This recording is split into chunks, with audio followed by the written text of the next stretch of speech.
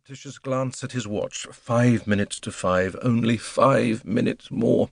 Fancying that the other man had noticed his surreptitious glance, he hastened once more into speech.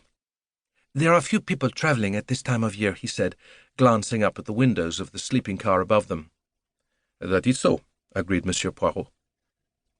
"Let us hope you will not be snowed up in the Taurus." "That happens?" "It has occurred, yes. Not this year as yet." "Let us hope, then," said Monsieur Poirot. "The weather reports from Europe, they are bad?"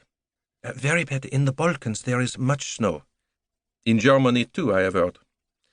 "Eh bien," said Lieutenant de Bosch hastily as another pause seemed to be about to occur. "Tomorrow evening at 7:40 you will be in Constantinople." "Yes," said Monsieur Poirot, and went on desperately. "La Sainte-Sophie, I have heard it is very fine." "Magnificent, I believe." Above their heads, the blind of one of the sleeping-car compartments was pushed aside, and a young woman looked out. Mary Debenham had had little sleep since she left Baghdad on the preceding Thursday, neither in the train to Kirkuk nor in the rest-house at Mosul, nor last night on the train had she slept properly.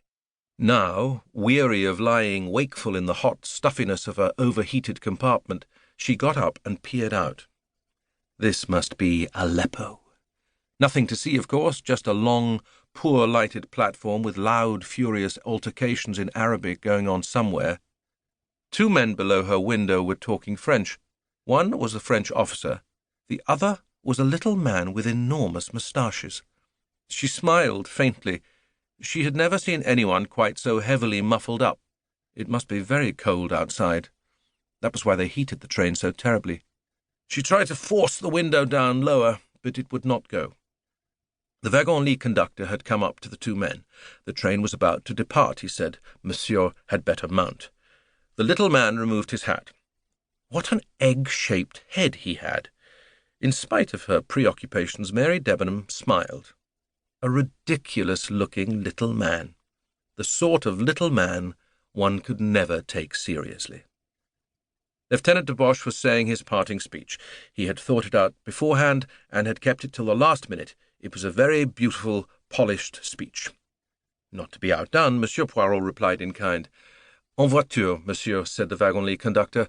With an air of infinite reluctance, Monsieur Poirot climbed aboard the train.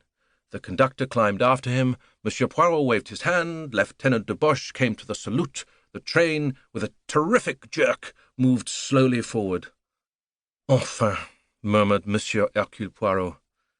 "Brrr," said Lieutenant de Bosch, realizing to the full how cold he was. "Voilà, monsieur." The conductor displayed to Poirot with a dramatic gesture the beauty of his sleeping compartment and the neat arrangement of his luggage. "The little valise of monsieur, I have placed it here." His outstretched hand was suggestive. Hercule Poirot placed in it a folded note. "Merci, monsieur." The conductor became brisk and businesslike. "I have the tickets of monsieur. I will also take the passport, please. Monsieur breaks his journey in Istanbul, I understand." Monsieur Poirot assented. "There are not many people travelling, I imagine?" he said. "No, monsieur. I have only 2 other passengers, both English, a colonel from India and a young English lady from Baghdad.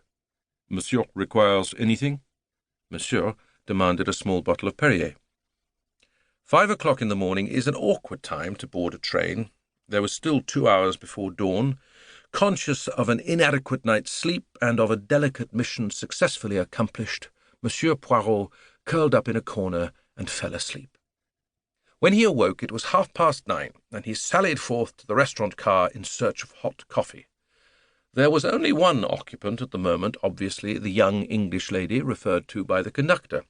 She was tall, slim, and dark, perhaps 28 years of age. There was a kind of cool efficiency in the way she was eating her breakfast, and in the way she called to the attendant to bring her more coffee, which bespoke a knowledge of the world and of travelling.